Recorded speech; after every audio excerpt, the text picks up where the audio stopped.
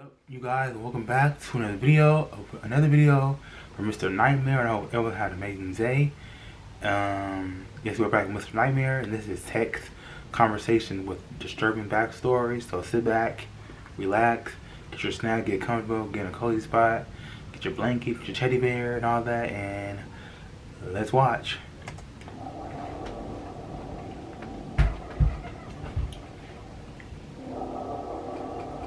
Story number 3. On March 4th, 2022, these were the texts 21-year-old college student Gavin received after getting home from a night out with friends. Hey, is this Gavin? Yes, who's this? It's Alex. No. Where you at? Send your location. I'm sorry. What do you know what Gavin received after getting home March 4th, 2022. These were the texts 21-year-old college student Gavin received after getting home from a night out with friends. Hey, is this Gavin? Yes, who's this? It's Alex. Where you at? Send your location. I'm at home. What happened to you? What number is this? I'm using my friend's phone. We're stranded at the bar. Can you call us an Uber to your house? What? Why don't you just do it? Dude, my app isn't working. Just figure it out. I don't even know what that means. Just send your address. Gavin was out with his friends Alex and Omar, and they were last with each other at a bar in Dallas called Parliament. The trio was getting ready to wrap up the night, but Alex stayed behind when he saw other friends at the bar. So Gavin and Omar went home, and about an hour passed with no contact between the three. That was when Gavin received the text from the random number. And as you see, they claimed to be Alex using his friend's phone.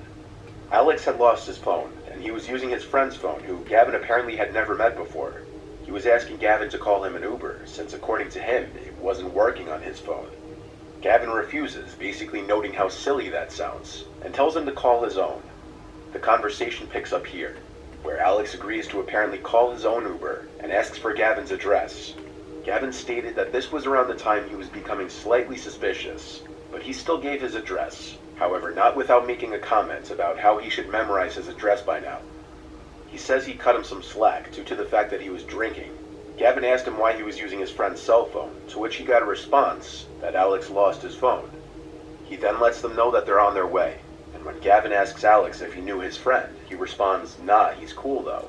10 minutes later, the number sends a text that truly starts to make the conversation suspicious. Can we just come in through the front door when we get there? As if asking Gavin to leave the door unlocked. It was at this moment that he started to question everything about the interaction.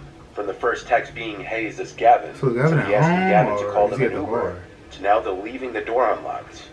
He tried to call the number, but it rang and went to voicemail.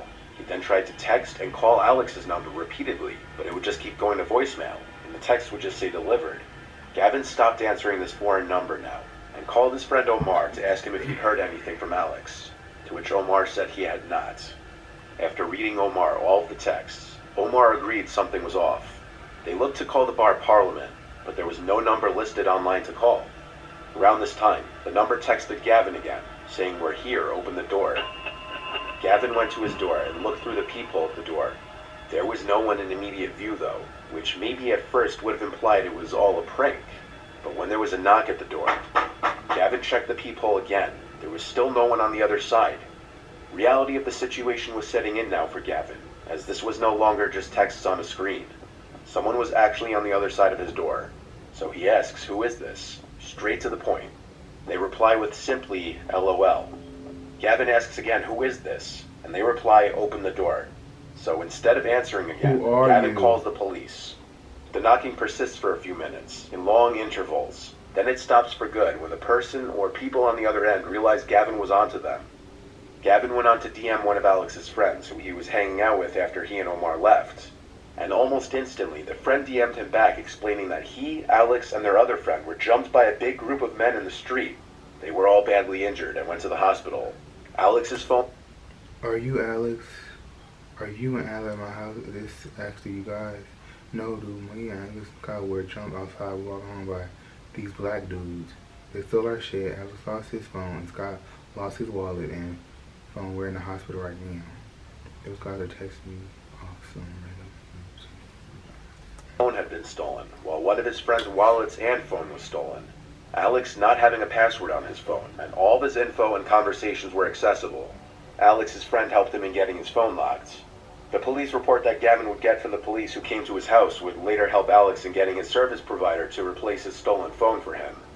The lack of a password on the phone meant the thieves were able to gain information, such as Alex and Gavin's conversation, where they would deduce that Gavin was home alone and an easy target. So if Gavin didn't catch on to the suspicious situation, he may have been opening his door to 2 or more people ready to attack him too and rob his house. The phone number that was being used to text Gavin turned out to be another stolen phone, therefore didn't help in finding the thief. The case regarding finding the thieves and assaulters remains open. That makes absolutely no sense. You stole... These texts were received by an anonymous viewer from his dad's ex-girlfriend, who will be named Kathy for the purpose of this recounting. The viewer will be called Rob. The reason Rob's dad ended things with Kathy was because of her increasingly erratic and delusional tendencies. Her mental health was declining for unknown reasons. Rob's dad was dating Kathy for about half a year, and Rob's grandparents both passed away during that time. Rob's dad wasn't very open at first about how Kathy would start acting all paranoid about his son's dead grandparents, about how she believed they placed a curse on her. Rob's dad cut ties with Kathy when the delusions got too ridiculous. Rob was left in the dark for the longest time about Kathy's delusions, though, presumably out of embarrassment for having spent so much time with a supposed nutjob. It wasn't long after his father's breakup with Kathy that Rob would receive texts from her himself. When her attempts at reaching his father no longer worked, she clearly went to him instead. Kathy texted Rob, "Hello, sweetie, I need your help." Rob replied with, "What? What's up?" "Your father's parents put a curse on me. I need you to tell me the cemetery and plot number they were buried at." "What do you mean they put a curse on you?" "I keep hearing their voices and having bad premonitions. I know it sounds crazy, but I need it to stop." Of course, being told by somebody that they were hearing your dead grandparents' voices would be a clear indication that the person is completely unhinged. So Rob went to show his dad the texts. His dad laughed and told him to just ignore her. Rob says that instead of blocking her, though, he just let her continue to text him to see how crazy her texts would get. She followed up later that night with, "I need to exhume their grave. If you help me out, I will sleep with you. I know you've always checked me out whenever I was in your dad's house." Rob still didn't answer, and the next day, her text got a little more graphic. Rob showed these texts to his dad, and this time his dad was not amused. He called Kathy and screamed that he would be getting a restraining order if she didn't stop. When he hung up, she kept trying to call until he ended up blocking her number. That same night, while Rob's dad was asleep, Rob was still in his den watching a show, when he heard the doorknob jiggling. He went to look through the glass atop the door, and saw Kathy fiddling with a knife in the key slot of the doorknob. She looked up at him and through the glass and started pleading with him to let her in. Rob called for his dad, and she started to scream no. When his dad came to the door, he screamed at her, and then went to call the cops. Kathy would scream back constant obscenities and threats, waving her knife in the air. She didn't leave, and police arrived to her still at the door with knife in hand. Based on her coming to their house with a weapon and not leaving when asked, she was arrested, and Rob's dad filed for a restraining order against her. Clearly, Kathy was more than just delusional and was starting to suffer from some sort of mental illness, such as paranoid disorder. This does not mean she wasn't a danger to others, though, as well as herself, evident by the knife she brought to their house and attempting to break into their house. Luckily, no one was hurt. An 18-year-old girl named Leanna, living in Hoboken, New Jersey, was at a local bar with her friend on a Saturday. That's when she got a notification that someone was trying to send her a message on Instagram. Usually people disregard these message requests, as they're messages from people you don't follow back on Instagram. In a girl's shoes, those message requests are 9 times out of 10 men sending them flirtatious and often creepy messages. A lot of people don't ever check these messages, but sometimes when you get that notification that someone sent you a message request, curiosity gets the better of you. In this case, Leanna opened the DM, and it was from some random account with no profile picture and no followers, asking her if she was at McSwiggin's, a local bar in Hoboken. Right away this is cause for alarm, of course, because this would be coming from someone who knew where she was at that exact moment, someone intentionally using a fake Instagram account. Leanna follows with, "Yes, who's this? You look good in that pink top. Aren't you 18 though? Shouldn't be in a bar. I won't tell anyone though. Who is this? Just a guy who thinks you're really attractive." By this point, Leanna assumes it's a prank by someone she knows, and asks who's messing with her. The person replies it's neither of the names she just mentioned. Upon Leanna asking for a selfie, the person replies, "Can't." The girls look around the bar for anybody that could be alone, mainly an older, predatory-looking man. They saw a few men that appeared to be alone sitting at the bar. None of them were eyeing the girls, though. That's when she says, "Okay, bye, we're leaving." Moderately uncomfortable, the two girls leave the crowded bar and start walking. They go to another bar nearby, which is far less crowded than the first. They sit at the bar and order a few drinks, looking for young guys to talk to. When Leanna's phone vibrates again, and she gets another creepy message from the person. It said, "This is my favorite bar, good choice." Leanna shows her friend the message, and then the two start looking around the bar for someone who could be sending the messages. And as if he was looking to be found out, Leanna saw a man sitting on the bar stool closest to the door, looking at her with a blank, wide-eyed expression. She says the best way she could describe his appearance was the killer from the movie The Lovely Bones, mainly because of his glasses, hair, and mustache. They made extended eye contact, to the point that it seemed the man was outwardly trying to be creepy, making it obvious who he was. The girls asked the bartender for help. They showed him the DM she was getting and then pointed at the man, who, in response to being pointed at, started looking around the room, in any direction but towards the girls. The bartender went over and told the guy in a loud, commanding voice to leave the bar without question, threatening to kick his ass if he didn't leave the girls alone.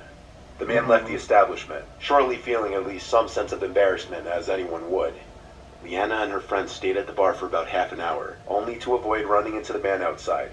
But Leanna says their mood to stay out was gone after that creepy encounter, and they just wanted to know who that was, or how he knew Leanna and where she was at that moment. When the girls left, they began walking home. They were on 2nd Street, a quiet one-way road, especially at the hour they were walking. They were being mindful of their surroundings, making sure they weren't being followed. But even when you think you're aware of your surroundings, the unexpected can always happen. Leanna and her friend heard running footsteps from behind them out of the blue, and there was no time to react before the man grabbed Leanna with one arm around her face and mouth and the other around her waist. He picked her up as she tried to scream and fight, and of course her friend did the screaming for her, and continued to hit at the man. The commotion caught the attention of people from around the corner, and a few people came to the scene. The man released his grip from the girl and walked away quickly. Nobody went after the man. Why? The girls called the police there on the spot. Leanna showed the police the DMs, and 2 witnesses backed up their story as well. A police report was made, and a case was opened to find the man in question. Leanna would speak to detectives at her home a few days later, who gathered all the information she could give. They would later use the surveillance footage from the 2 bars, but the police have not yet been able to match the man seen in the footage to anybody. As a precaution, she still has her Instagram disabled to this day. If someone is dedicated enough, they can find someone through their Instagram by keeping track of what places they go to in their pictures, what school they go to, and who they associate with. That's why it often is a good idea to keep your Instagram private. Don't answer any DMs. And turn out any notifications. You know what I'm saying? Creepy people. So that was Mr. Nightmare. Hope you guys enjoyed that video. Remember, it's the most awesome, positive day. Stay grateful. Stay blessed. And until next time, you guys. Deuces.